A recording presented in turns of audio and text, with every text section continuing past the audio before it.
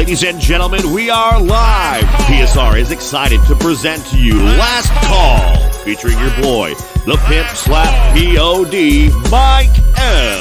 Pimpin' ain't easy, but it's fun like money. Got bookies on the run, now it's time to get money. Not your typical way to ball. It's last call like some convicts waiting on the next draw. You can feel the tension, did I mention? Fools better pay attention, cause we getting paid like a pension. T's on the ones and twos, we not the ones that lose. Mike, money's killers, Mike even make the evening news. And now, let's get to the picks. We be pumping! Buzz Force Radio, you know we be pumping! What up? What up? What up? Here we go. It's Last Call. Welcome in. It's Wednesday, February 14th here. Happy Valentine's Day to everybody out there in the land. Hope you guys are going to have a great night doing whatever it is you're going to be doing here on this Hallmark holiday out there. Go spend that hard-earned cash. That's what they want you to do, but here we are going to go and get some of that cash here. And we needed a rebound after last night, so looking forward to digging in. My goodness, what an NBA card tonight. Well, I can't imagine, the amount of time that goes into researching on a card like this is disgusting. Started off the day talking college basketball, only 3 hockey games, and then just a monster slate in the NBA. Be the last day that majority of these teams are in action, or quite a few of these teams anyways, will be in action before the All-Star break. So, I guess we had it coming for us. We got to dig in and get to work. But before we get to work, you guys know what it's all about here at Last Call. We need you to do 3 things. Smash that thumbs up for us there. Show the support. Help us grow the community. We're trying to crack the code here with 6 o'clock. And we need each and everybody's help that's coming in here to watch this show. Whether you're watching it live, you're watching it on the replay, you go back and watch it again later on. You say, hey, what were they talking about with that 10 o'clock prop? Go back in there and hit that thumbs up if you hadn't done so already. It costs you nothing. It helps us a ton. And we want to keep growing and see that love and support that you guys show by way of the like button too. You guys know the deal. Grab a pen and paper.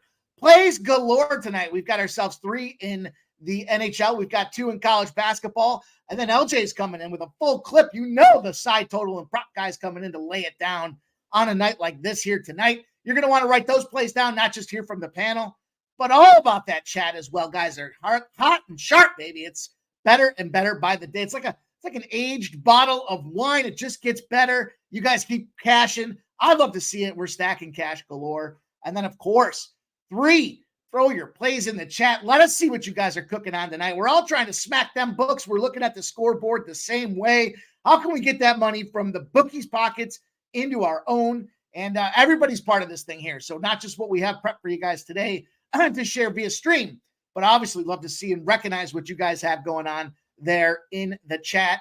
Shout out my guy T on the 1s and 2s here. Wednesday, big night. I know lots of data for him to load in there for us, and excited to go through it with you guys as well.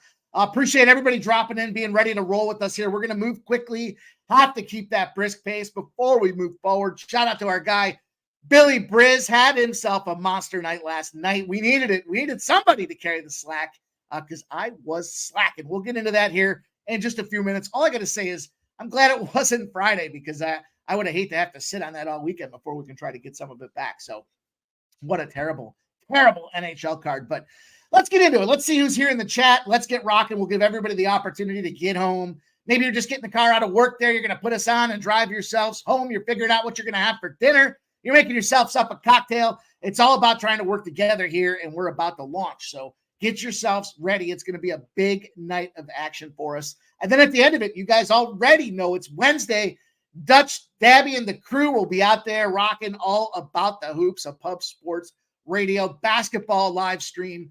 And we had a lot of fun last week. No reason we're not going to run it back again. Those boys are fired up. I know Dutch had a monster card to roll through here today with the NBA, and one Jose Ramon Bouquet. Shout out Jimmy the Bag. Hope he's feeling better. Hopefully we'll see him tomorrow. But Jose did a great job locking it down and keeping everybody moving in the right direction today. And let's go. Let's see what we have here. We've got Joe T in the chat. He says, Mike, what up?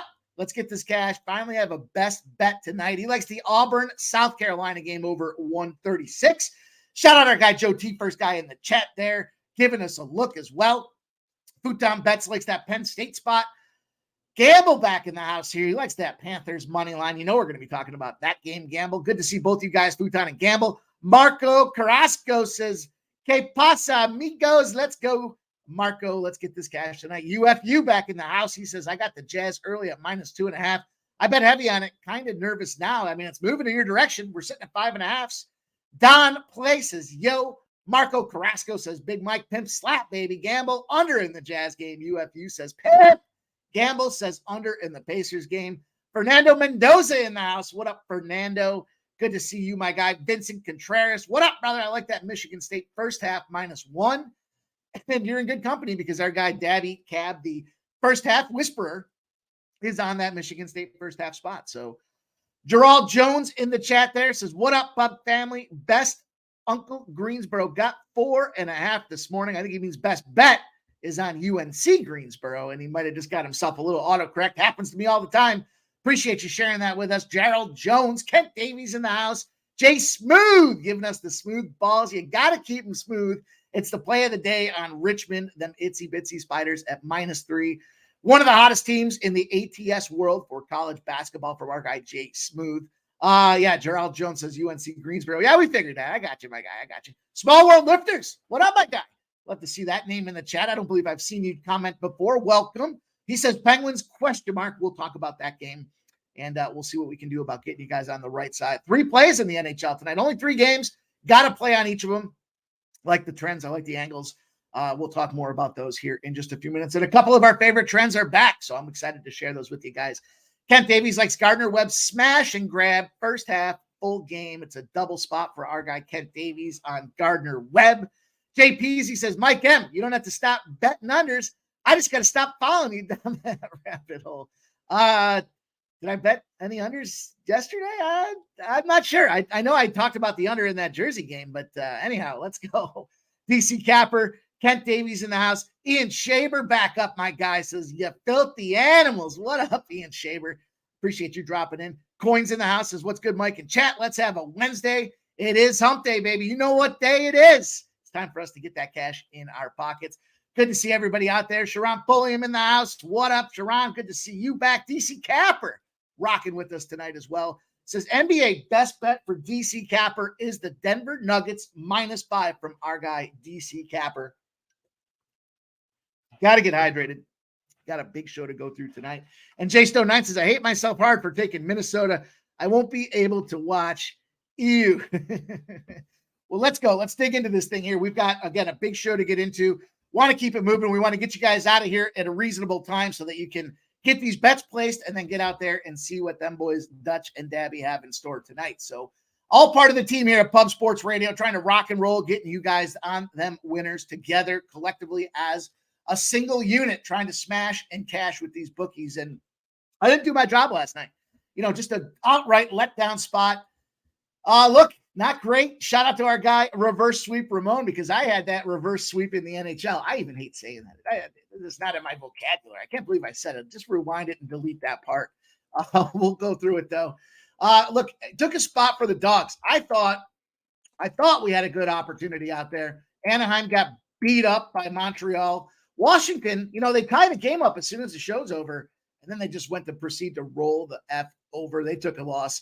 St. Louis Blues +190. They took a loss. I even thought, the way these games went, they presented live betting opportunities for me too, which ended up being a costly mistake. The favorite I took in the LA Kings lost, and then Nashville loses in overtime as well. So that was tough. That was not good. That was probably the single worst day of the NHL we've had in the show. It was a big card. I was excited about it. We had a bunch of great days, and we had to turn into it only to get turned down by it. So, only fitting moving into Valentine's Day, and nobody's getting turned down on Valentine's Day here, right? Let's go. We got ourselves a little 1-2 in college basketball. We had the Illinois under 153.5 against Michigan. Who knew Michigan was going to show up? Cincinnati, they took a beating as well, not winning that game. They were just down and out of that thing from the hop. Positive note, Vanderbilt got the job done. I want to say that was an outright winner. We had 9 points in our back pocket. That was a sandwich spot. That was a bad sandwich spot for the other side of that thing, and Vanderbilt came through and got the job done. Oh, and we had we had Baylor, the first half -3.5. I know our guy Billy Briz was all over that Wisconsin first half. I love that play. I tailed him on it. And then Baylor first half was the other first half that we made official for the show. So it was a 2-2 day in college basketball. That was pretty much our saving grace. 1-2 in the NBA. Hey, we added OKC. You know what? As much as a losing day as that was, I feel good about that one. I stuck to my conviction. I know them boys were thinking, let's screw their day up. And screw their day up. They did. OKC beat them up real good. They took the old club to the hand, treated them like a baby seal, put them on their backs, and that was a nice little win for us there. The Bucks over 223.5 looked good 3/4 of the way through the game, and then the scoring just went fucking kaput. I don't know what happened there. And then we got hooked in the Sacramento Kings. I mean, it seems like a bad dream. Plus 4.5. They lose by 5.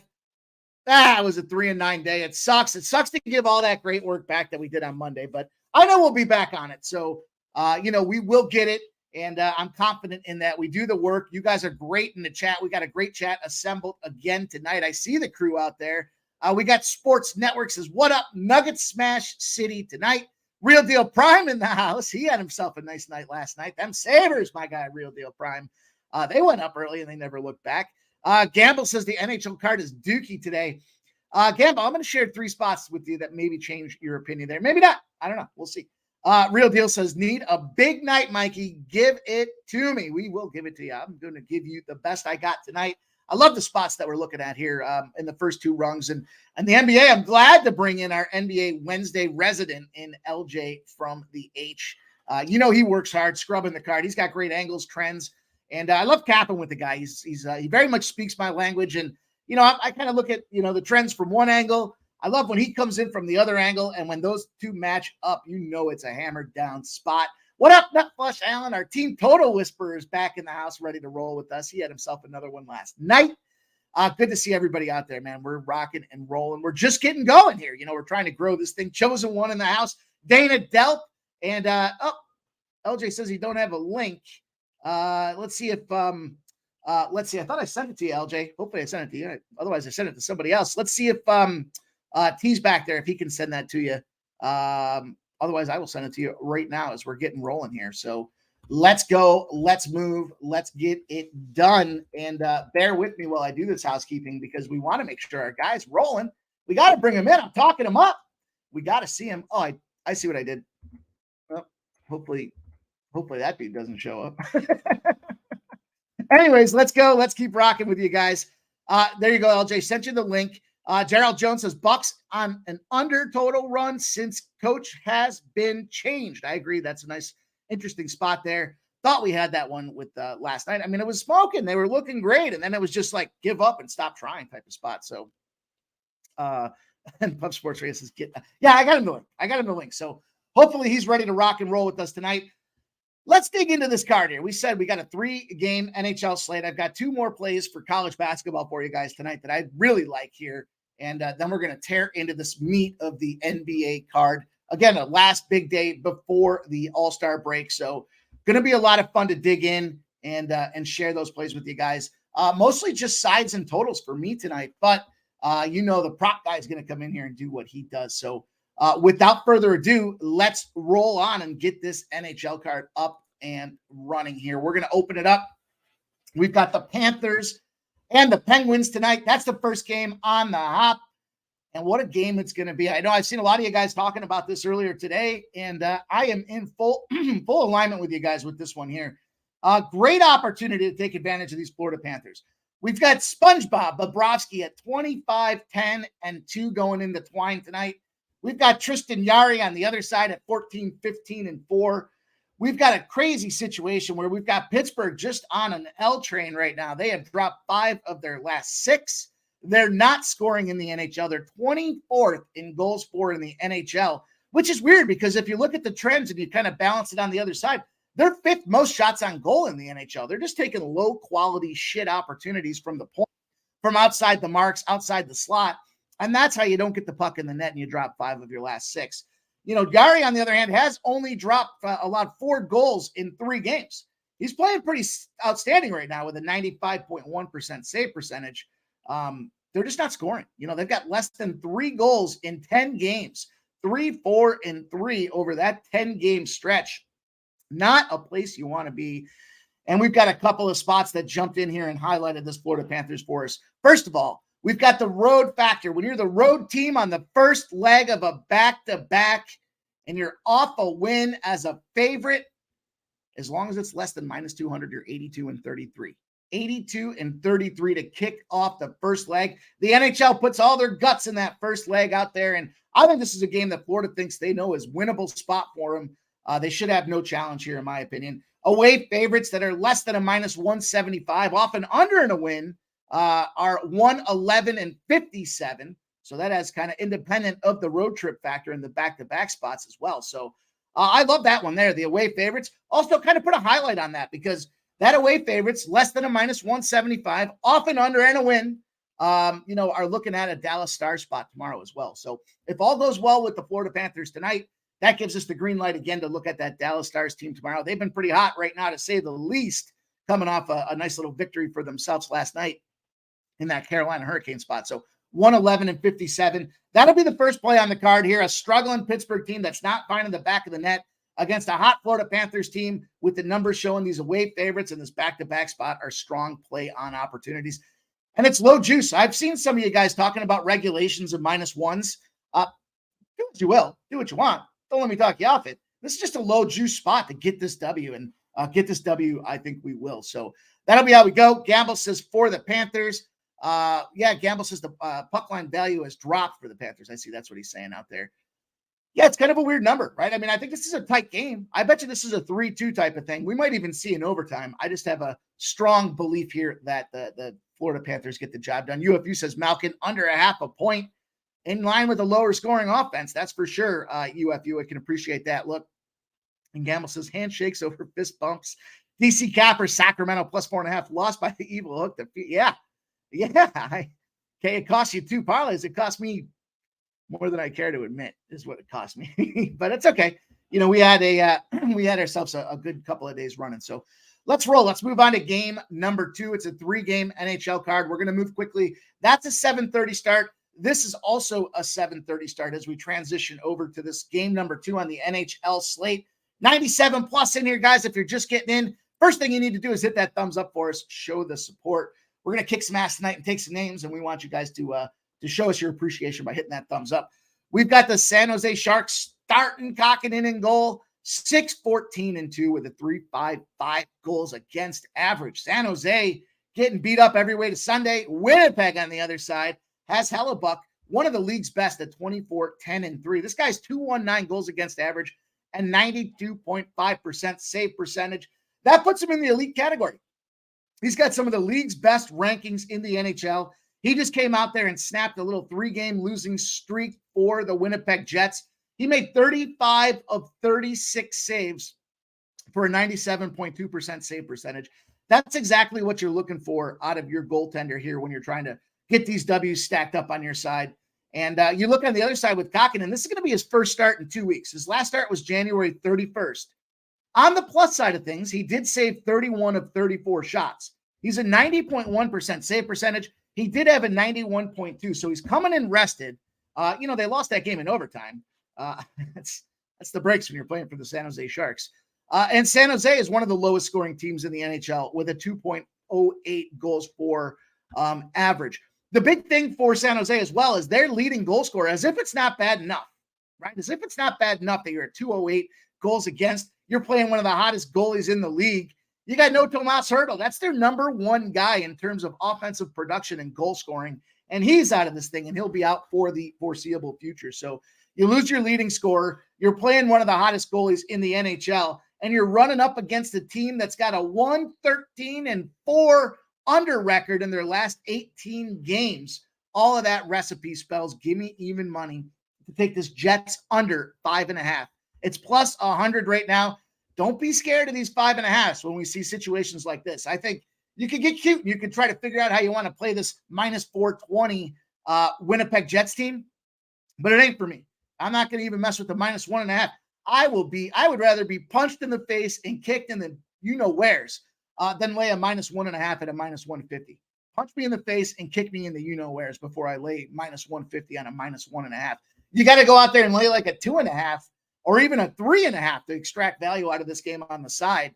And this could very well be a 3-1 type of game. And then you're screwed all around. So we're going to jump in. We're going to take the value spot here with the money play on the under 5.5 at even money. Gamble says he's going to pass on this game. I'm not mad at that either, but I think there's good money to be had here between the low scoring offenses. This Winnipeg Jets team has been doing just enough to get wins.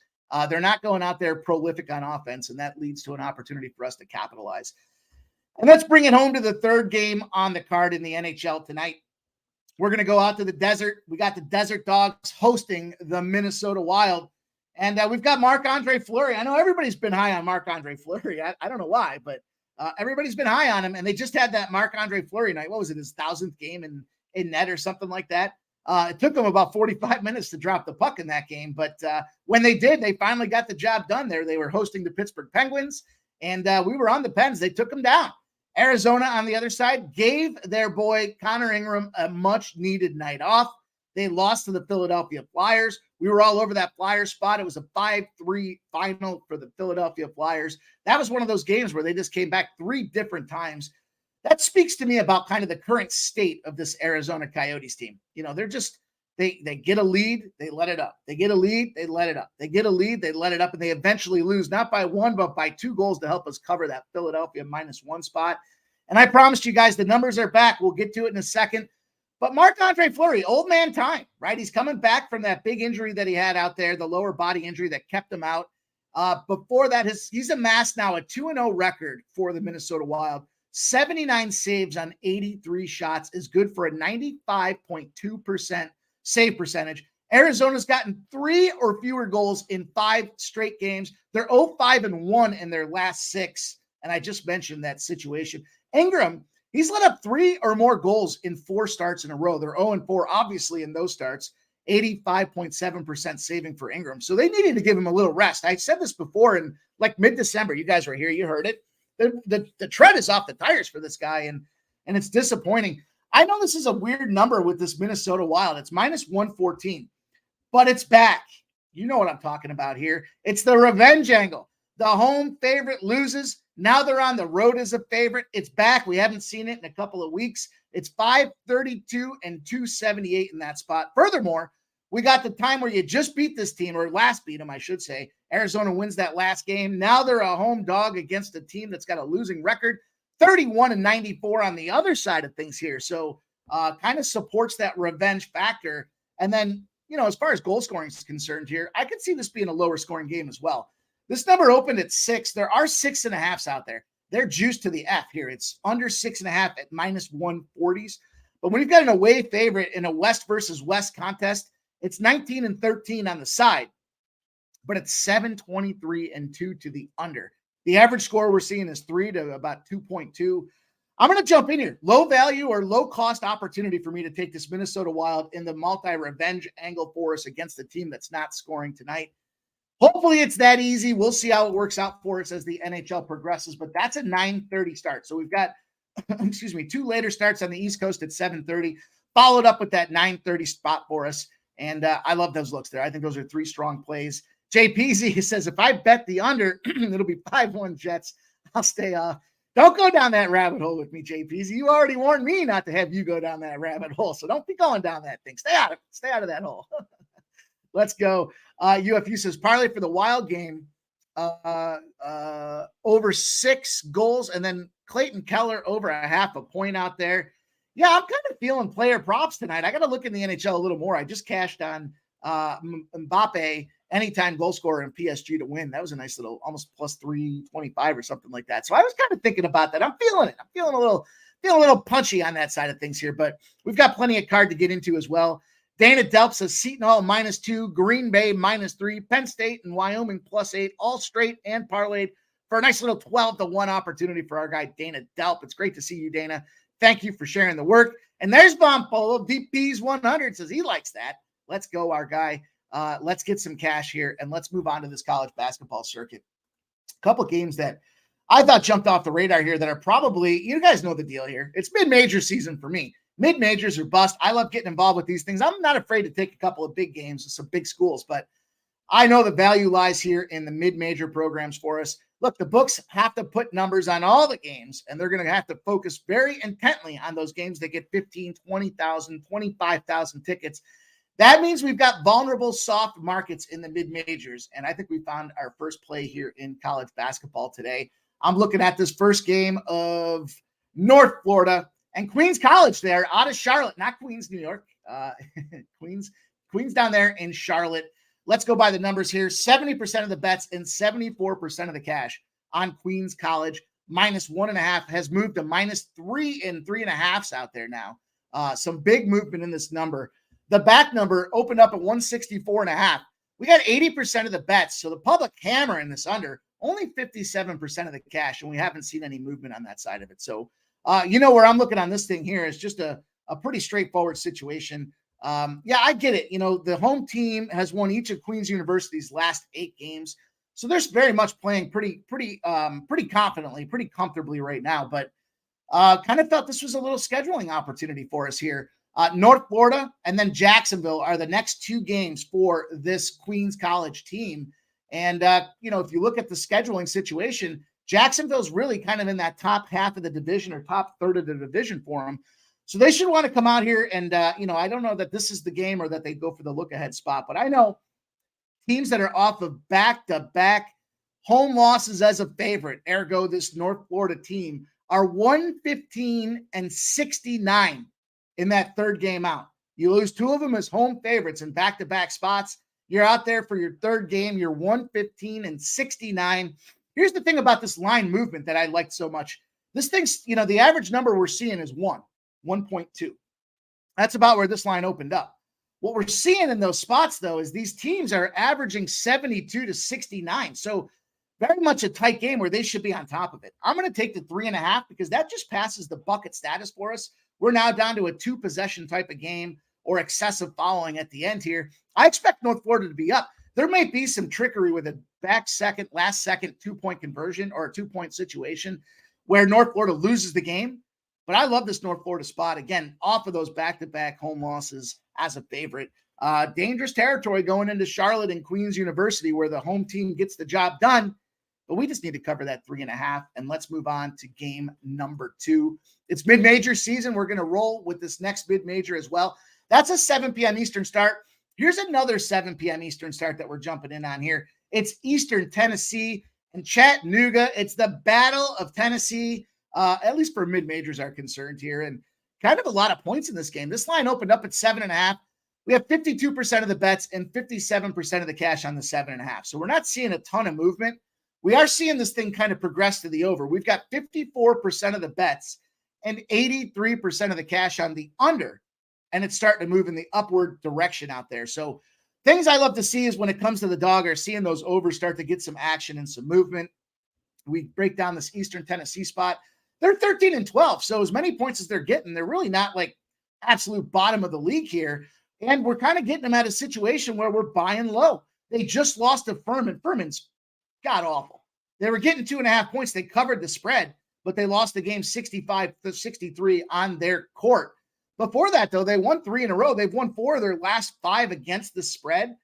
And the thing about this one is kind of a reverse situation of that Charlotte team. Charlotte does have a couple of wins going in their direction. They picked up 2 big road wins against the VMI Keydets. Here's the thing about that game. The VMI Keydets are awful. If you watch mid-major programs as much as I have, you'll see VMI is one of those teams that you could almost just auto-fade them. But they were laying 15.5 where them Chattanooga Mocs on the road. 15.5 exposes them as a big dog.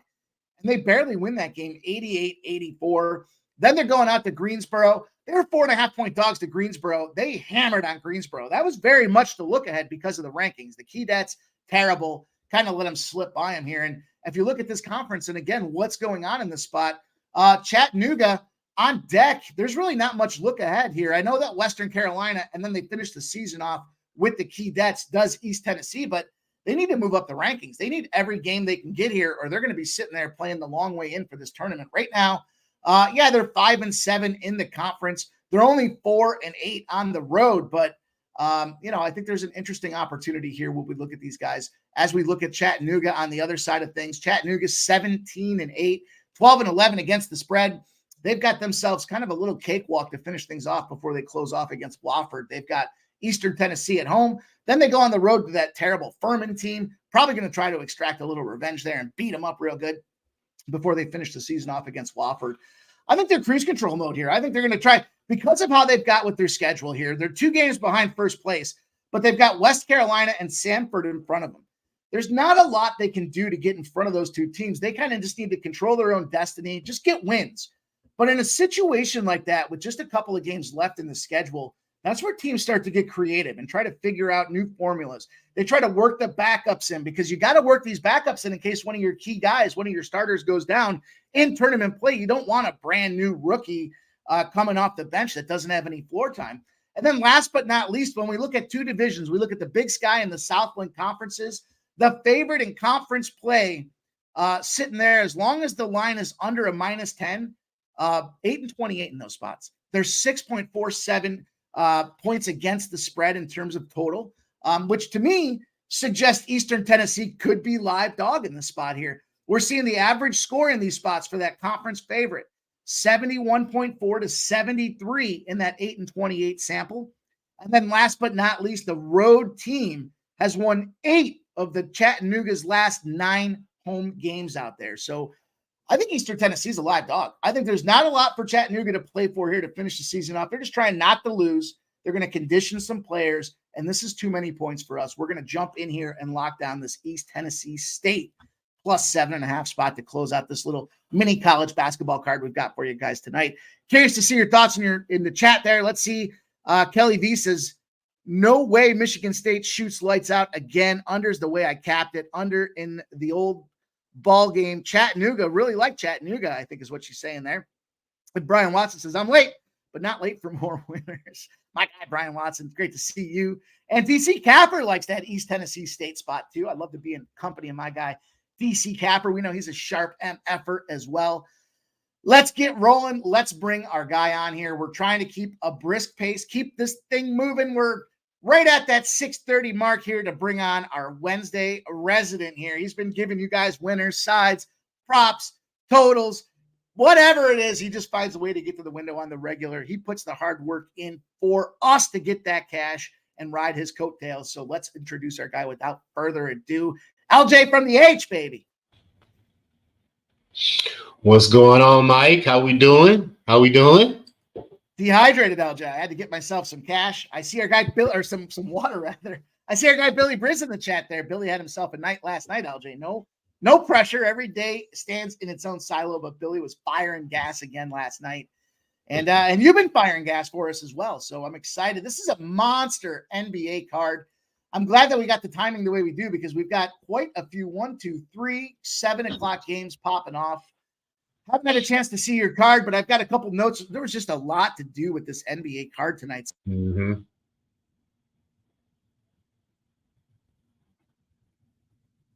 What happened? Was that muted? I'm talking. Yep.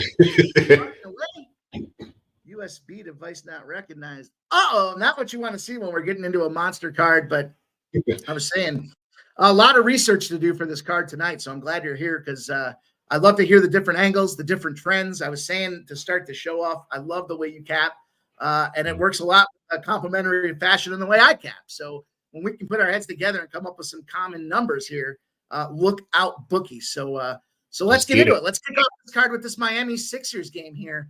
And, we'll kind of move really quick. If you don't have a play on it, that's fine. We can just kind of move past it. But you guys know the deal. You'll see on the right-hand side, we're going to touch on each of the games. We're going to move quickly. We may not have official plays, but we'd love to see what you guys have out there in the chat as well. So we've got this game here with the Sixers and the Heat. It opened up at -5. We've got 62% of the bets and 63% of the cash on this home favorite Sixers. The lines opened up at 225.5. We went from 225.5 down to 223.5 with 42% of the bets and 74% of the cash on this thing, LJ. Interesting numbers here, because we are seeing, without all this cash on the Sixers, the numbers falling here, and it's kind of an interesting spot. I mean, we know the deal with the Sixers, and we know Embiid's out of this thing, but I'm just kind of scrolling down to some history here to see if Maxi's looking to go, but it looks like everybody's out for the Sixers. Nobody wants to play. Batum's out, Covington's out, Embiid's out. Lowry's out, Tobias Harris is out, and DeAnthony Melton is out.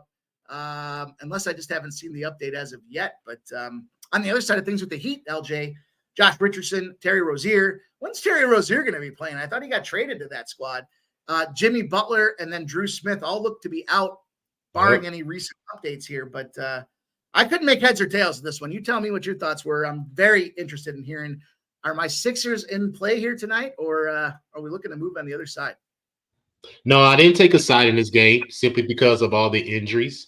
And it's a lot of scoring missing on both sides of the ball. So I came to the under 225.5 because Miami is a dead under team, 18-8 to the under on the road, 14-3 in the last 17 games to the under. So I'm just going to take a shot on that. I've been cashing it. And the fact that all those players are out, I think it's going to be a slow pace, a lot of missed shots, going down the stretch, trying to struggle to score for the most part. So I'm just going to ride the under. 225.5 is what I jumped on. I get down with that look here. The Miami Heat, regardless of who's playing on the other side, are an under team. They just got me in the old bottom mouth, as Jimmy the Bag likes to say the other day, with that Buck spot there, 123.97. I mean, the Bucks just stopped playing. 7.5-point dogs. They whooped them. But if you look at this under run here, they got 6 of their last 7 games have gone under. It just seems like that's how the Heat like to play, that slow tempo game. And then I think to complement that selection there, 42% of the bets like the under, but 74% of the cash. So you're seeing that number drop, and I think that's a great play. So LJ's opening the card up with the under in the Sixers game. I think it's a great look. Let's keep it rolling, LJ. Knicks and the Magic next here. We open at -1. We're sitting at -3s, and now we're starting to see some 4s. We got 63% of the bets, 67% of the cash on the Orlando Magic. I'm so glad I took that fade yesterday of the Magic.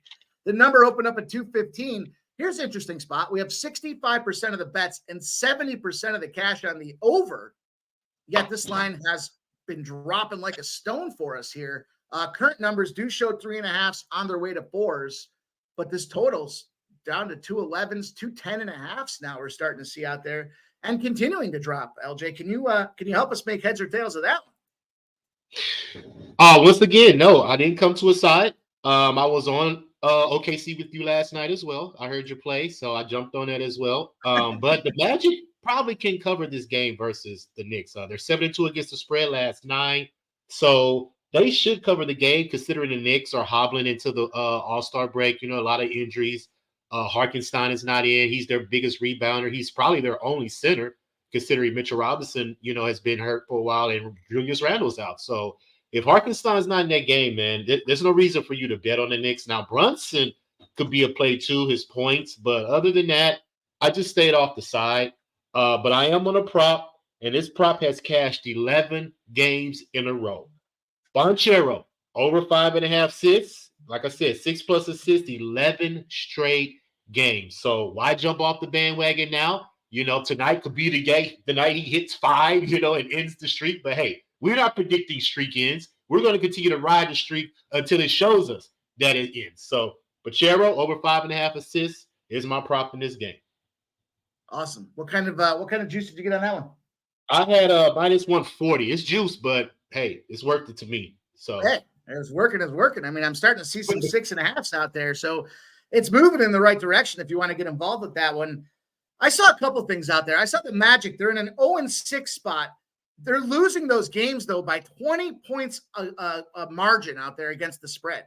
20 points is one of the highest margin defeats I've seen in an 0-6 trend when they're playing against a team that's got a win percentage over 57% if the line's shorter than a +3. So I mentioned this yesterday, shorter in this case kind of means bigger, right? So when it's bigger than a +3, that's an interesting spot to be. So 0-6 getting destroyed, but I had to look back at it, and you just said it. Who the hell's playing for the Knicks right now? They made all those moves, and they got literally nobody to show for it at the current moment. I get that they're probably gearing up for the playoffs, and they had to take advantage of the opportunity that they have as they're moving towards it. But I stayed off it. I love the look. Banchero over 5.5 assists. Yep. Let's keep rolling here. 20 points, though. Wouldn't surprise me to see this is just that overreaction. Like, you expect nobody to be out there. Of course, it's that second leg of the back-to-back, and there's travel in place as well.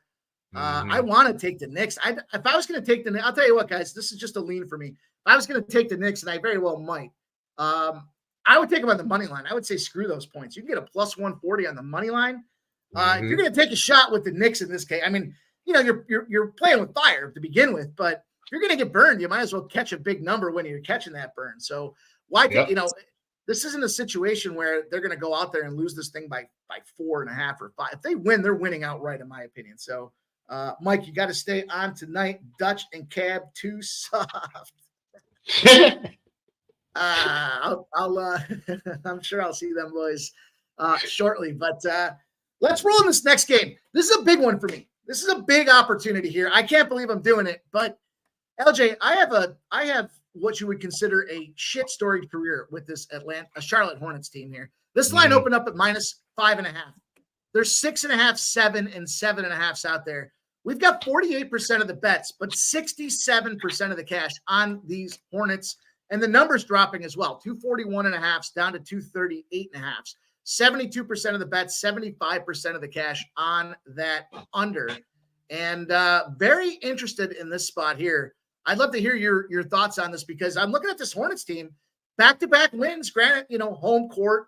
Now they're, they're on their home court again in this spot. And the Hawks, kind of, 2 wins against Philly and Houston, but taking that loss against the Chicago, I was going to say Cubs, the Chicago Bulls. 136-126 is a 5-point. I got hockey on the brain after my bludgeoning I took last night, LJ. But I'd love to hear your thoughts on this one, and then I'll share with you kind of where I was looking at to attack. Atlanta as well, man. They're missing some key players too. They're missing their starting center, their starting power forward. So the only way I could look is Trae Young's points. He's a reserved in the All-Star game now, considering the injury. So, he's probably going to want to show out. And the Hornets give up a lot of points, man. They don't play any defense at all, in my opinion. So, if anything, I would be leaning towards Trae Young's points. I like your Atlanta -6.5. They should win the game. But to trust Atlanta to cover the spread is just something that I'm not interested in getting. They are 6-4 against the spread last 10. That's why, I like your angle, but I just couldn't go to it. I got a lot of more plays in this tonight's card. So, but like I said, I would lean Trae Young's points. I think it's like 23.5, I believe, last time I looked at it. But other than that, I stayed off the game. Yeah, this angle that I've been riding, we don't see it very often. So when I saw it, and then I saw that the number's moving in the right direction. The bigger cash is coming in on the Charlotte side of things, but it's moving more aggressively in the direction of Atlanta. This kind of supports me with this line movement, but it's a pretty basic trend. We last cashed on this one on the Pub Sports Radio Poker Tournament on February 4th with Golden State. Road favorites facing a team they lost to their last meeting as a favorite shorter than a -3 are 28-0-1. So what that number tells you is as long as that number is bigger, like -3.5 or larger, it's 28-0-1. They've been covering by 8 points. Steph Curry and them boys for Golden State ran them up by almost 20 on the last time we saw this trend in this angle. It's one of my favorites in the NBA that's out there, and it's real simple. It's just the revenge factor if you're a road favorite. It's very much like that hockey trend I was talking about as well. When you're the home favorite and you lose to a team and you go on the road and you're the favorite, you're winning at a big clip, and it transfers over to the NBA. It's 28-0-1, and it's Say it again for me. Say it again for me. Road favorites versus a team they lost to the last meeting. Okay. So revenge spot on the road is a favorite. If you're a favorite shorter than a -3. So you got to be -3.5 or larger. Okay. Got it. So and was it 28-1? 28-0-1 against the spread. Wow. And the margin's 8 points. So, we look at this Golden State spot there. Golden State was about an 8-point favorite that last game. They won by, I want to say they won by 19. So that was an 11. We're seeing the margin is 8. So they were on the right side of that margin. I know every game's in a silo, but that's a big one that I like to capitalize on. So I thought it was worth kind of parking on it for a second to talk to you guys about it. The next time I see it, damn well I'll bring it up again. But I know you can appreciate the angles as I do. And, we're seeing, despite the bigger cash coming in on the Hornets and the injury factors, they're moving that line via way of the Atlanta Hawks. So big opportunity there. Let's move on. We've got now the 7 o'clock slate is behind us. We're looking at the 7:30 window. We've got the Nets and the Celtics. Weird, tricky spot here with this game. We know these two teams just played last night. This total, I'm sorry, the side was 13s. 78% of the bets, 68% of the cash on the Nets. We haven't really seen any movement. There's about a half a point of movement, I guess. There's some 12.5s out there now.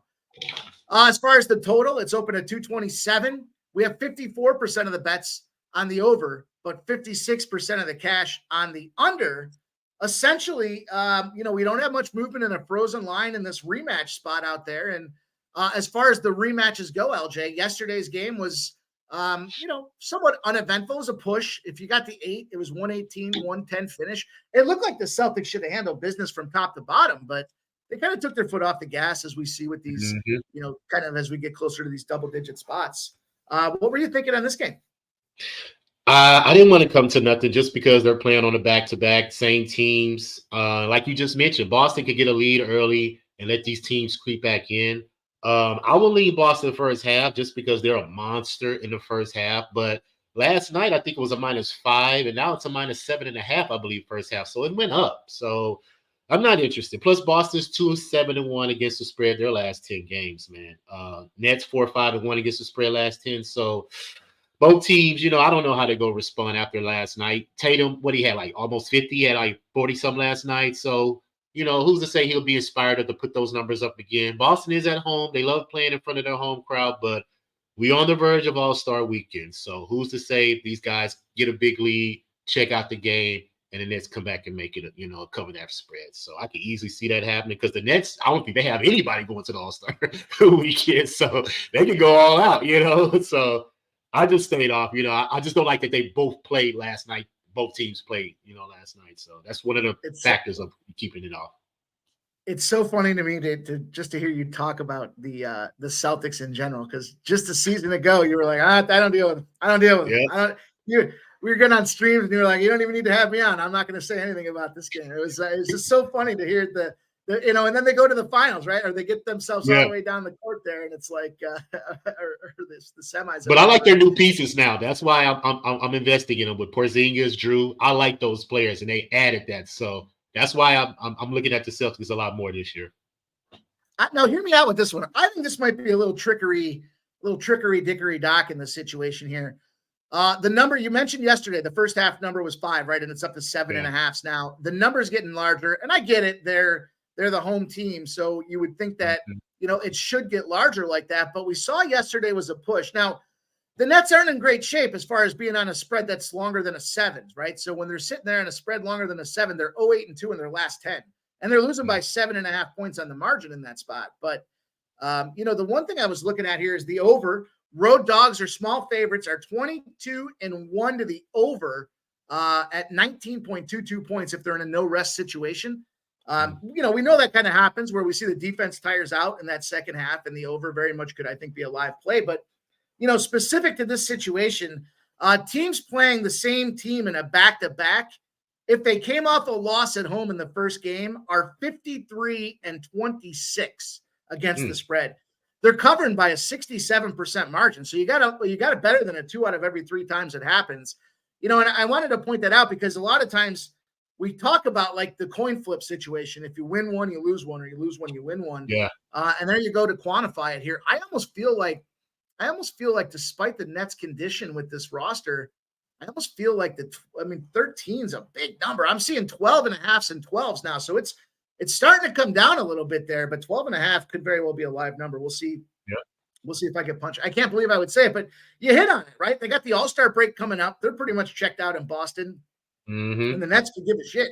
They're just going out there to play ball because they're getting ready to go on vacation, and they get themselves a little mini Mexico break. So why not go out and show up and beat up on a top-ranked Celtics team and have a little fun while you're doing it before you go on vacation? So exactly. That's kind of the thought I had there with that number, but no official play for me. Let's go to this next 7:30 game. We've got the Pacers and the Raptors. Front-end loaded schedule here on the East. Another 7:30 game behind this one as well. The Pacers opened up at 2.5. It's up to 4s. We got 76% of the bets, 74% of the cash on the Pacers. The total has moved up to 246.5 here from a 243. So we got 3.5 points of movement on the total.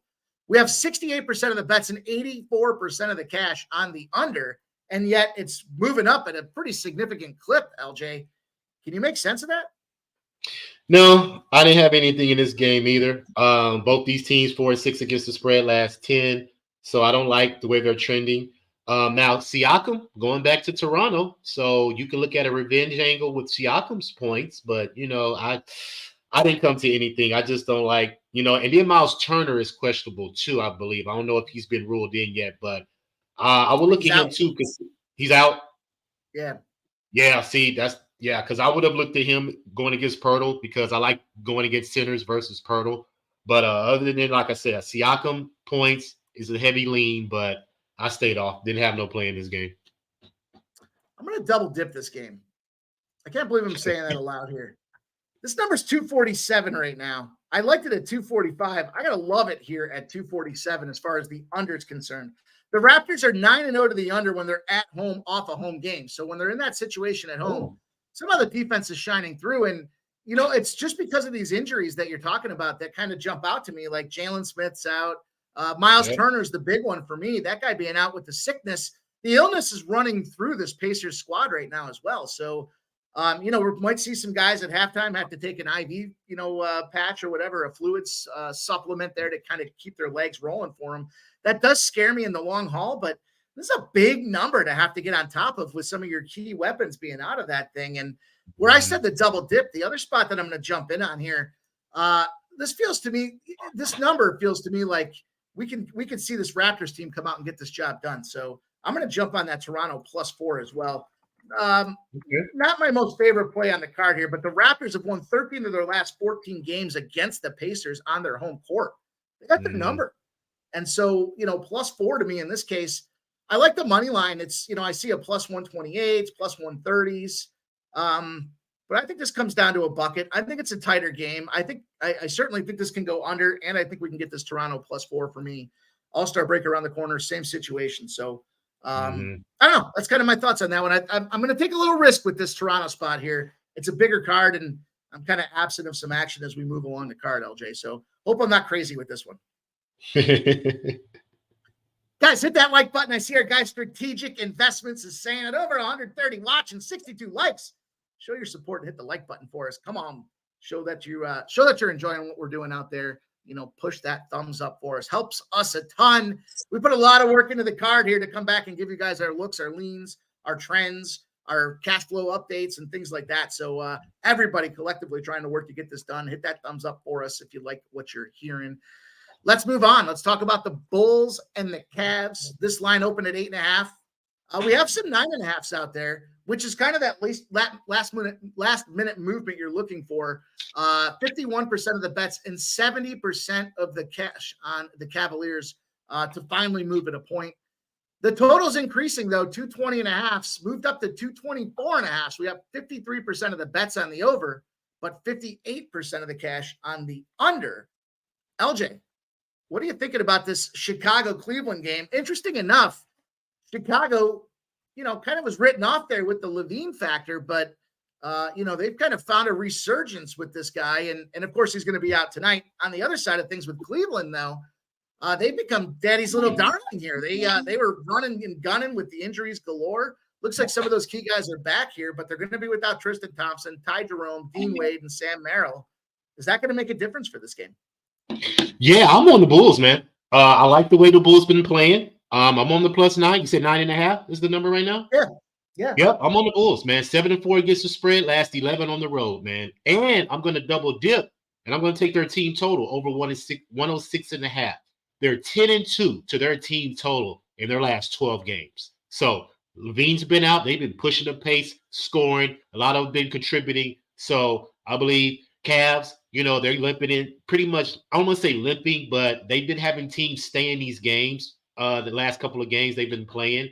But I think the Sixers just got them the other night too. So I think the Bulls can stay in this game, man. So I'm on the +9.5, and I'm going to take a shot at the team total over 106.5, just because they've hit that team total 10 out of their last 12 games. I told you my guy LJ was going to come in with them looks and them trends. I love that 10-2 spot there. Dan Kelly says Garland is a game time decision. That should only help that number even more, and especially if we're seeing it move now. Maybe they're thinking he's going to be in, and we'll see that thing kind of flip-flop a little bit. But 9.5, I love it. Dana Delp says 246.5. I think talking about that Toronto game out there. So I'm good with that.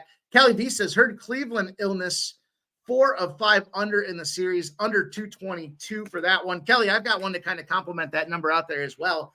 The Cavs are 11-0 to the under when they're off a loss where they were more than 5-point favorites. So kind of letting the air out of the sails. They're not following back up in the next spot very well. 11-0 to the under in that as well. But, that means, in my opinion, LJ's spot there, 9.5, it's a lot of points to cover if you're keeping it a lower scoring game. So I love that look, LJ. And I'm on board with that team total. It just screams to me that's too many points. This Cavs team has kind of run its course for a minute here. I know they just came off that 76ers loss, 123-121, but it feels like they put out their all into that thing. They were 11.5 point favorites in that spot, which was kind of crazy. And then they take that loss outright here. I think the Bulls could catch these boys sleeping. I wouldn't be surprised to see them be a live dog in that thing. I'm going to have to look for that on a live bet spot. So love the look, LJ. Let's move on. 8 p.m. window now. We've got ourselves 2 games in the 8 p.m. slot. At least the NBA staggered it a little bit. They didn't just dump out 6 games at 7 p.m. for us here. We've got the Wizards and the Pelicanos here. Interesting movement on this number. It started at 12.5. 50% of the bets, but 57% of the cash on the Wizards. It's moved to 14.5. Now that movement has been late movement now since this money's been kind of coming in on the Wizards after they moved this spread up. So kind of got to recognize that the bigger bets are thinking maybe they've hit the ceiling because it was a coin flip. There wasn't much movement at 12.5, but once it moved to 14.5, they started coming in on it. 237.5 is the total. It's dropped. We have 65% of the bets and 76% of the cash on the under. It's dropped almost a full 4 points now. There's 233.5s out there, LJ. I very much interested. I've said before, about 2.5 weeks ago, I think the Wizards are going to start to be buy on at this point. I just don't know if I can rightfully look at this team here, having lost their last 5 outright.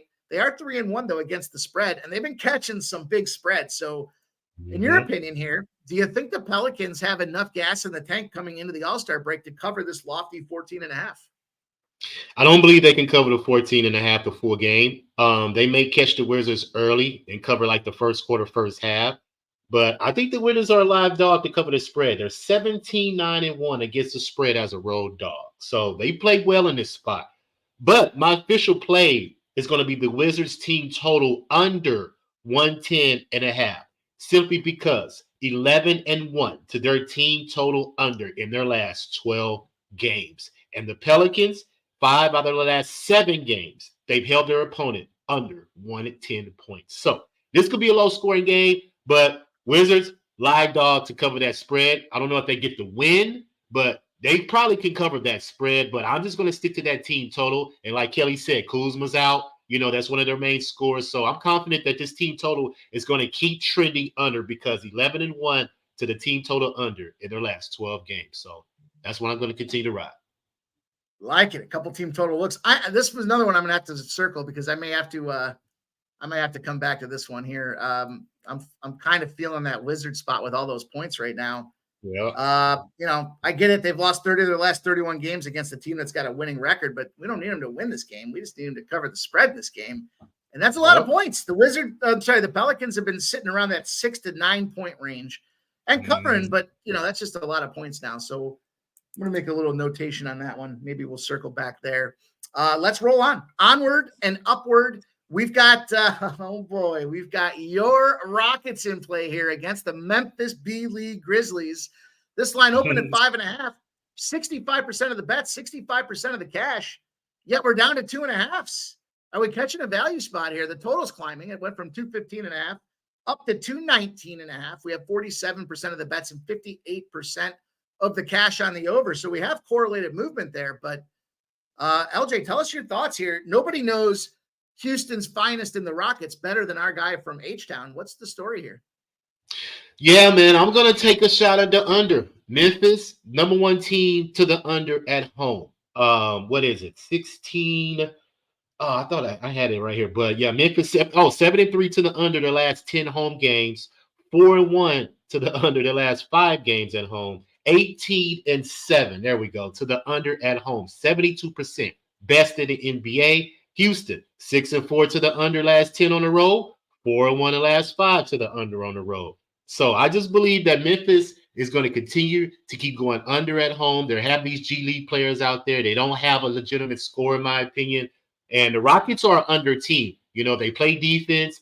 They don't allow a lot of transition points. So basically in the half court, you got to use the whole shot clock with the Rockets for the most part, simply because how they play defense. So I don't think this score goes over 218.5, in my opinion. So I'm going to take the under, and I'm also going to take a prop in this game. I'm going with my guy, Amin Thompson, over 9.5 rebounds. I got it at plus 100 just because he's hit this number 3 out of his last 4 games. He would have hit it all 4 games, but one game he had 9 rebounds. So he came up 1 short, but I believe he's going to get double-digit rebounds tonight. He may even get a double-double, but I'm not going to take that. I'm going to trust that he gets his rebound just because he crashes the boards. He's a relentless guy. He has a great motor. He steals the ball as well. He pick up guys full court. So I like Amir Thompson, man. He's a great piece to us. He was hurt at the beginning of the season, so now he's getting into the rotation simply because Tyron Eason is still out. You know, and also Dylan Brooks. You can look at Dylan Brooks as well. Revenge game again versus Memphis. But other than that, those are my 2 plays. Under 218.5 for the total. And Amin Thompson, over 9.5 rebounds, plus 100. Over 9.5. I can even do better than that on the plus 100 for you here. It looks like the rebound number is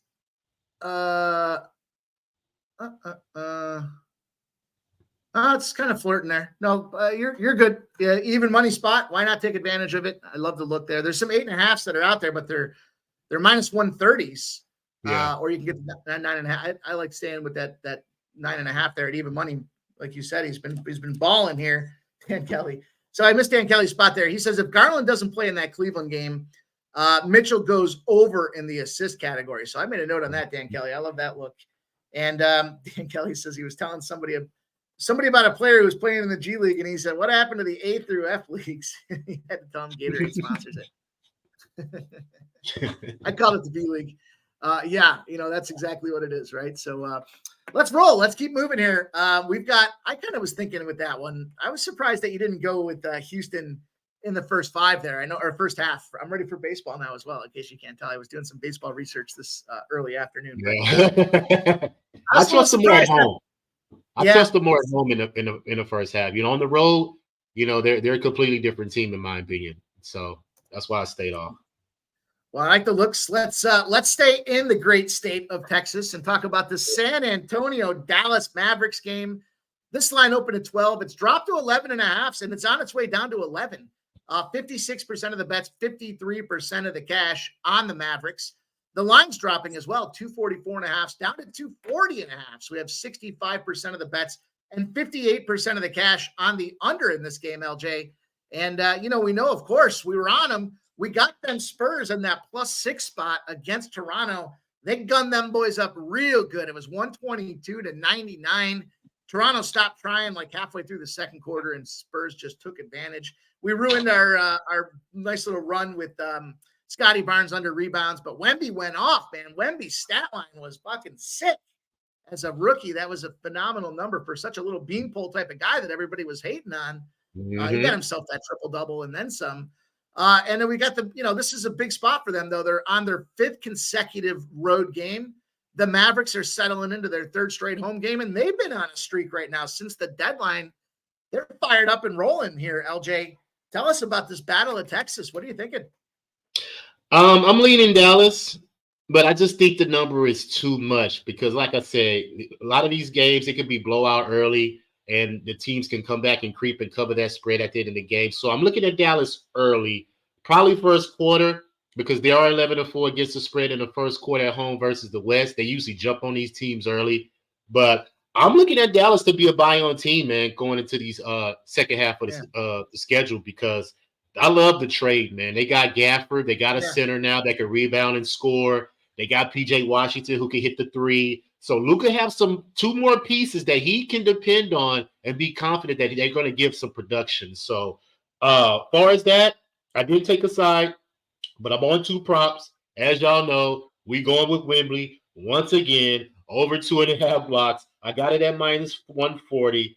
And I got 4+ blocks too at minus 120, I believe. I need to check that though to see if that number's changed. But I'm going to ladder it up to 4+ blocks. And I'm going to take a shot at the double-double. I think it's too low. Minus 141.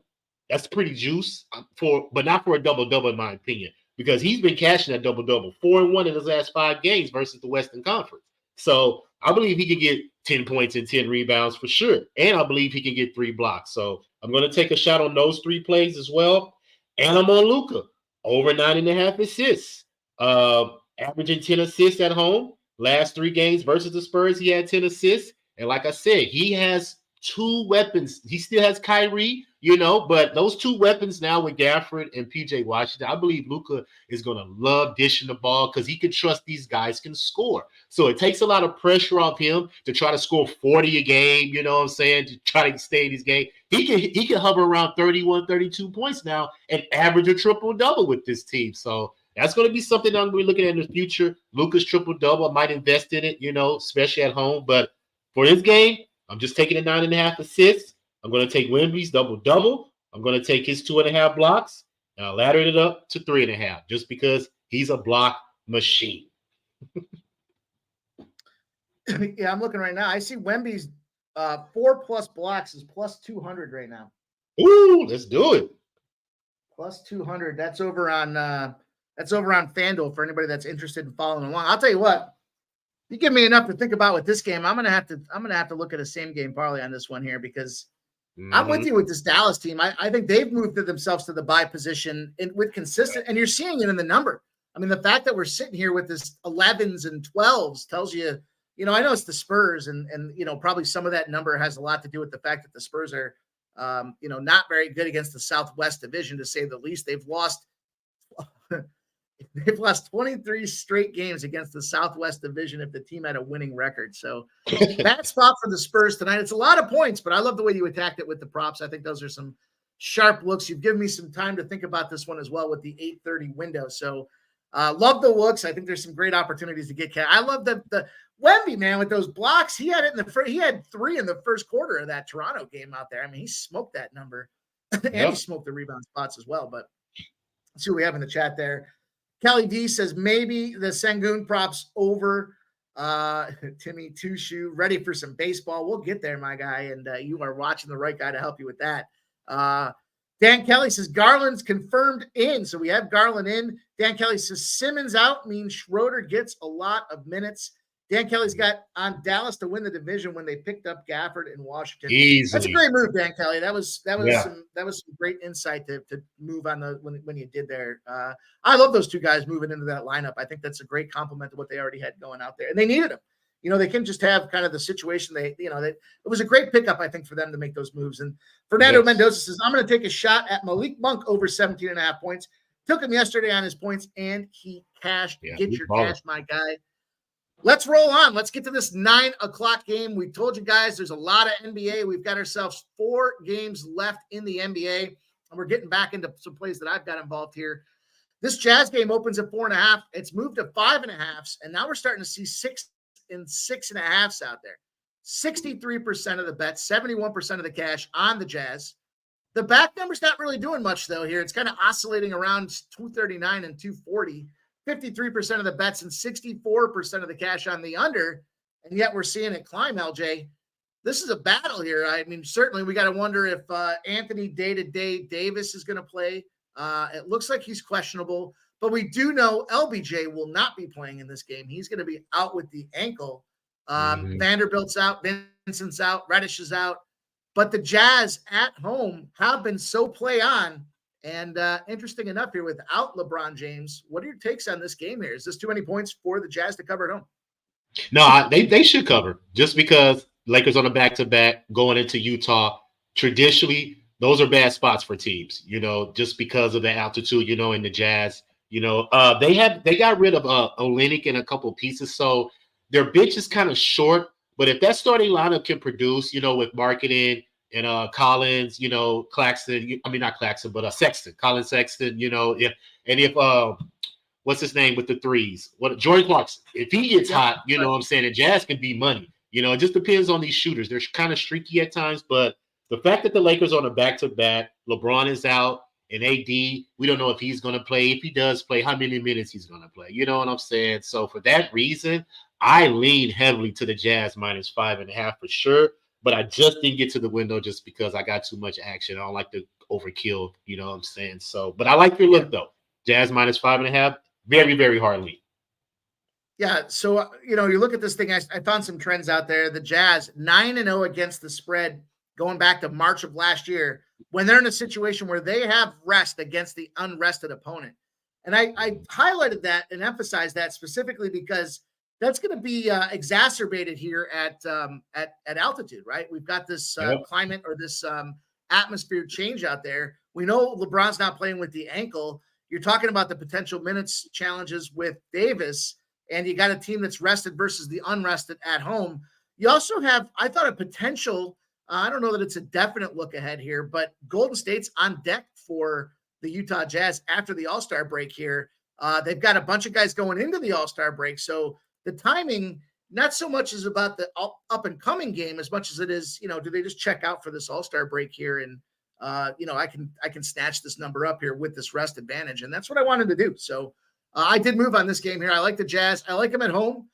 It's a couple too many points for me, but I think it makes sense because of the LeBron James factor. And again, we're seeing it move to 6s and 6.5s now. So get it while it's hot. Everybody out there in the chat, we're rolling on. Let's keep it going. We've got 3 games left on this monster NBA slate. LJ's been rocking and rolling with us, giving us some great looks and great advice and some great spots to try to get that cash. We got 9 o'clock, 2 9 o'clock games, and then we're into the 10 o'clock window to finish this card off. We've got the Pistons and the Suns here opening up with a 13.5. 52% of the bets, 62% of the cash. The lines dropped a half a point. The Pistons are now plus 13s. We've got 239.5, dropped like a stone to 234.5. And it's interesting because now we're starting to see buyback. It was 59% of the bets on the under. It's now 41% of the cash on the under, 59% of the cash on the over. So a little thought process that we've bottomed out. And I'll admit, I'm in that thought process as well. I think we have bottomed out in this number, LJ, but very interesting because, this Pistons team kind of to me feels a lot like I was talking about with this Washington Wizards situation where, we might start to see the buy sign back on these guys here. They just dropped that game to the Lakers, 125-111. They were 11.5s and 12s in that game. They lost. They didn't get the cover. They lost by 14, but, there was some last second heroics there for the Lakers. The other side of it, though, they've covered 3 in a row, 3 road games in a row as well. So this is the 5th road game out of their last 5 games out there, but 3-1 against the spread on the road. And the Suns, covering machines right now, covered up against the Kings, laying 4.5. They got me by the hook there yesterday, but it is a no rest spot, LJ. What are your thoughts about how this game prevails? How you get into the window? What do you like? Sides, totals, props.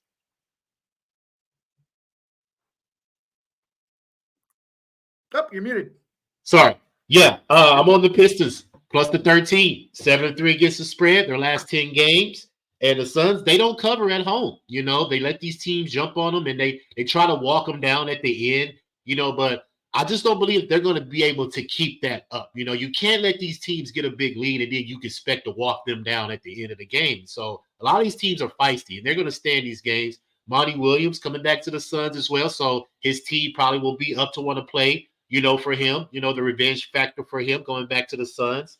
And the Pistons are also 7-3 to their team total, their last 10 games on the road. So I like your over as well, just because Detroit's 18-8 to the over on the road. So this game could go over as well. And like I said, I don't think the Suns can cover at home. They're on a back-to-back. Like I said, they could be tired trying to, coming off that game versus the Kings last night because they had to push to come back in that game. So I believe that it's going to be some wildering legs down the stretch. And I think Detroit can cover that 13, man. So I'm going to jump on it. Plus 13 with the Suns. The Pistons, I'm sorry. And I'm leaning towards that over. I'm going to be watching the game live. I may jump on it live, but I'm definitely taking a shot at the plus 13 for sure.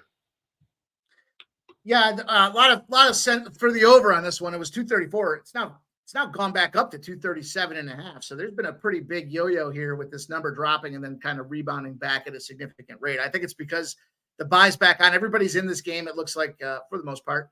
And the numbers that I was looking at with this trend I've got here, It's an unrested trend spot. When the team's previous points are more than 130 or more, I should say. It's been a monster run. It's 74 and 36 to the over in that spot out there, as long as it's in another conference, right? So as long as the opponent's in another conference, 74 and 36 to the over goes back to 1996 is crazy. It's up 6.5 units this season. 8 of the Suns' last 9 games against opponents who are on the second leg of a back-to-back have gone over that number as well. So it falls right into that window of the lack of defense in the second half of this game here. I love the points too. I think it's way too many points, but I ended up taking the over in this game here. I just want to see points. And I think Detroit can hang in there, keep this thing competitive, and push this pace a little bit more than maybe the Suns are expecting there, and we both get this cash. So I jumped on that over. Let's roll. Next game on the docket, we've got 2 left here. Everybody hit that thumbs up if you're here, if you're rocking, if you're getting ready to hop on out of here. Make sure you smash it for us before you go. We've got the 9 o'clock game, last game of the 9 o'clock window. Then we'll get to 10 o'clock, and we'll get you guys out of here, put a bow on the show. The Sacramento Kings, the Denver Nuggets here, plus 6s, 79% of the bets, 83% of the cash. Love this Nuggets team at home, and yet the line's down to 5.5 in some places. And then as far as the total, dropping. We got 229.5 down to 228.5. Yet we've got 56% of the bets and 53% of the cash on the over. LJ, we got what they call reverse line movement in this game here, and kind of an interesting spot. You know, I just got hooked by these Kings yesterday. 5s down to 4.5. You know, and they're kind of in a spot where they're just not covering as of late. But you know, on the other side of things, the Nuggets. 1-4 in their last 5 games here. They're returning home after a 3-game trip against the Lakers. The Kings, in that spot, they did beat the Kings 135-106 on a +3, which is kind of crazy. They were getting 3 points out there, and they beat them boys up by 29. What do you think happens in this revenge spot, LJ? Everybody knows that I love Denver at home, especially versus the Western Conference. They're coming off 2 blowout losses as well. So this should be a Denver spot. Kings on a back-to-back, coming off a loss as well. But I need you to see if Jamal Murray has been ruled officially out, because I need all hands on deck. I'm not really concerned about KCP for the most part, but I need that point guard in that lineup for me to bet the Denver Nuggets in the first quarter, because that's one of the trends that I've been riding all year. 13-4. Against the spread at home versus the Western Conference in the first quarter. So, but I need you to see if Jamal Murray has been ruled out or is he still questionable. That's going to be the key to me of betting this game. Take a look here. I saw somebody in the chat saying, why is the total dropped? He's unlikely. Dan Kelly said Murray's unlikely. Yeah. Yeah, I see doubtful. I see KCP's doubtful. I see Murray's doubtful. You know, fuck Jamal Murray. I had him on a double dip the other day in that Denver game. Dude, the guy's been bad. His 3-point record his numbers are ridiculous and through the roof. And I had him over 2.5. The son of a bitch only shot it 3 times. He should have shot it like 9 is the numbers I had out there. And I was like, of course he's going to get there. And then I had him on the flip side with the double-double, because I was like, well, he's been rebounding pretty consistently. He's getting a bunch of assists out there. These boys should be hooping. And they just rolled over and got beat down. I mean, it was a good old curb stomping. And now it looks like Fanatical Jim saying he just got ruled out in this game here. Yeah, so I'm off, man. I got to have him in that lineup. I got to have him. And like I said, Jokic triple-double at home versus the West as well has always been a nice bet for me. But I got to stay on the sidelines tonight, buddy. I can't do it without Jamal Murray in that lineup. I can't expect Jokic to cover everything, points, rebounds of the season. Even though he may get it, I just need my point guard in there. So Jamal Murray's out. I'm staying off the game. Yeah, Fanatical Jim says KCP's out as well. DC Capper likes Denver -5.5. So you're getting some great value on him now with some of these guys being out of this thing, 5.5. But, you know, I think the key to the NBA injury report, doubtful means they're just, you know, barring a miracle, they're just not going to get into that game. So you could probably catch some good numbers moving forward if you look at those doubtfuls and cap them as being out of there. But let's wrap this card up, LJ. We had a monster NBA slate here, the last real big one before the All-Star break, and so happy to have you here breaking it down with us. We've got this Clippers and Warriors game now. We opened up at -1.5. We're all the way up to +4. We have 58% of the bets and 60% of the cash on the Warriors here. And we've got that things moved. I mean, 5.5 points out there. Crazy movement. Somebody's got to be out of this game here. The total's dropping as well. We went from 237.5 to 234.5. We have 47% of the bets, but 59% of the cash on the under. That's where the books say, hey, we see it's a coin flip with all your spreads and your teasers and your parlays on the total, but they're respecting this bigger money coming in on this under. And I'm curious to hear your takes on this one. There's a spot that I want to lock in here as we close this card out, but I got to hear your breakdown before I make any moves. Yeah, man, I'm on the Warriors, Mike. They've been playing extremely well since they had that break with the unfortunate incident with their assistant coach passing. But I'm going to take the Warriors, man, -3.5. 8-3 in their last 11 games. And also, they won 7 out of their last 8. They're also 9-2 to their team total in their last 11 games, man. So Warriors been balling. I'm going to stay on it, you know what I'm saying, just because they've been winning. And I just believe they're bet on now. I believe they're in playoff mode just because they're so far down in the standings. They're going to have to make a run to get back in contention. And I believe that's where their focus is. They got to start playing now. So I'm going to keep riding the train. I've been riding it ever since they came back from the break. So the fact that they've been playing well, the Clippers are missing Kawhi. You know, they're on the road. So I just believe they've also owned Golden State as of late as well. So I know Golden State has that in their mind. And, of course, I'm going to be on Steph Curry threes. I need you to look and see what number you can give me for his threes. It's probably at over 4.5. He probably has to get 5. But he's been cashing it. So why not stay on the train? That's what he does. He shoots threes. So, hey, Steph Curry over threes. And I'm going to take the -3.5 for the Warriors to cover the spread just because they're 7-2-1 against the spread in their last 10 games. Well, I'm doing a little line shopping for you here. Great breakdown. Okay. Hearing the Kawhi Leonard news, that's gonna take me off the Clipper side of things. You know, I looked at these two and I saw, I don't know what I saw. I like the Clippers. I like what they've been doing. You're right though. Something in the back of my head told me, yeah, these Golden State boys are definitely in ball now mode. It almost feels like they flipped that switch as they knew, like the All-Star break for the team that's got the experience for these guys have is the time you're getting healthy. Everybody's coming back. Draymond's not fucking around playing UFC moves anymore. They're out there trying to hoop and play the game. And I think that's when you see a team with the experience that Golden State has, you can't keep playing hard every single game for the last how many years and go all the way. You go deep as often as they have and there's some natural tendency that they got to take a little break in there. And they used the first half of the season to do it. Then good on them here. I think it's a good value spot. I love the breakdown. Steph Curry's threes, it's 5.5 now, and it's moved to +108 for the 5.5. So his 5+. What's the 4.5? I don't see. I have to do a little more looking here to see what this 4.5 is going to look like here. Let me see if I can find it. Yeah, like I said, I was interested in it, but I don't get to see a lot of the alternate 3-point spots here with our friends. Oh, maybe I do. Let me see here. To make 4+3s. Yeah. Well, you're saying 5+3s. 5+3s. Oh, score 5+ points. Now they're fucking with me. There we go. 5+3s. Steph Curry's -180 to get 5+3s. Woo, yeah. Yeah.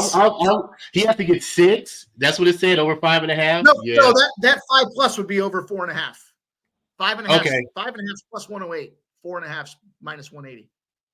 Unless anybody else online sees a better number, those are the numbers that I'm seeing right now. Yeah, that 6 is a stretch because he's averaging 5. That's why they juiced it up. So yeah, you know what? This is what I'm gonna do.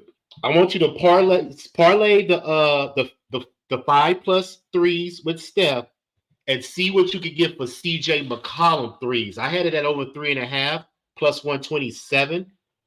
Just because the last 3 home games versus the East, he's had 4+3s, and he's had 4+3 6 out of his last 8 home games. And he's playing the Wizards, I believe. So the Wizards give up a lot of points. So I believe if you parlay those two together, that should get you some good money. Steph Curry 5+, and CJ 4+. What you got for that? 5+ for Steph. And bear with me while I get through this thing here. Okay. And CJ McCollum.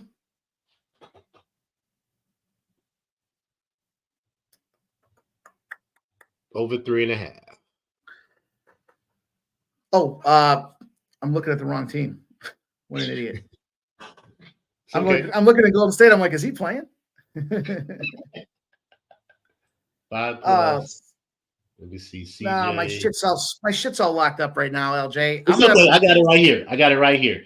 CJ 4+, Steph Curry 5+, plus 256 parlay. That's what we rolling with. I love it. I love the look. I love the breakdown. I love the confidence in the props out there, my guy. And I always enjoy hanging out with you. I appreciate you making the time, coming in ready to work. I see you making the moves out there. You're jamming in the chair. And that always gets me a lot of excitement as well. So, man, we got through it, dude. We broke this card down. We got some plays out there. You lit the clip up here. Let me just make sure I got them all for you here as we run through this thing, and then we'll get you up out of here and get everybody on their way. I got you with the Miami under 225.5. Banchero over 5.5 assists. You were leaning to Trae Young, but I don't think you had an official play on that. No, I didn't do that. Chicago plus 9.5. The Chicago team total over 106.5. The Wizard team total under 109.5. The Houston Rockets under 219.5. You've got Thompson over 9.5. Was that assists? No, rebounds. Amir Thompson Rebounds. for the Rockets, over 9.5 rebounds. All right. Then you've got Wemby over 2.5 blocks at -140, but 4+ at +200. I love the ladder play there. You're looking at the double-double. It's -140. Luka over 9.5 assists. You're jumping on Detroit at +13. Then you're closing the card out with Golden State -3.5. Curry, 5+ threes. CJ McCollum, 4+ threes at +256. Did I get it all? Let's go, my guy. What a card we have today. It's going to be a lot of fun hanging out tonight, watching this thing live. But before we get up out of here, LJ, tell them what you got cooking. What's going on with Raw Words? What's the story with what you've been doing here lately? And what do we have on deck with you coming up around the corner? Well, as far as Raw Words podcast, I've been on a little hiatus. I've been dealing with some things, but I'm promising after the All-Star break, I will be back on giving some NBA content, once a week, maybe twice, just to see who's available, who wants to, do some capping as well. So I'm definitely going to be back on that after the All-Star break. And they can always find me on Twitter at LJ Sports Media. Follow me there. I put out my plays. Sometimes I do, but other than that, that's where you can find me. And if we're doing, I don't know if Dutch and Cab are doing the hoops thing tonight. I'm not for sure. I didn't get a message or anything, but if they're doing the hoops thing tonight, I'm gonna be on there with them. So other than that, y'all can catch me on right here, man. Pulse Sports Radio, breaking it down with Mike on Wednesdays, Jimmy on Fridays, and looking forward to Pubapalooza 3, man. We're right around the corner for Pubapalooza 3. So everybody, see y'all in San Antonio if y'all come. We're gonna have a good time and make some money. So hey, till then, let's get it, Mike. LJ, you're the man. Such an asset to the team. Great addition for us here at Last Call. And I love that you're hanging out, getting down with us here, going through your plays. Big card tonight. Great time to have you on. I'm pretty sure them boys are rocking this thing tonight. So when we get up out of here, guys, they're going to be literally tipping off for All About the Hoops with Dutch and Dabby. LJ will be there. I'm going to drop in.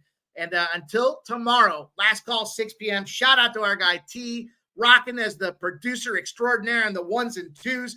And all you guys up in the chat, hit that thumbs up on your way out to show the love. Timmy Two Shoes, Dan Kelly, Jason Mayer, Bo Jackson in the house, Michael Blana, Caddy Daddy. You guys all came out and represented. Again, you show up on the regular. We're going to keep doing the work.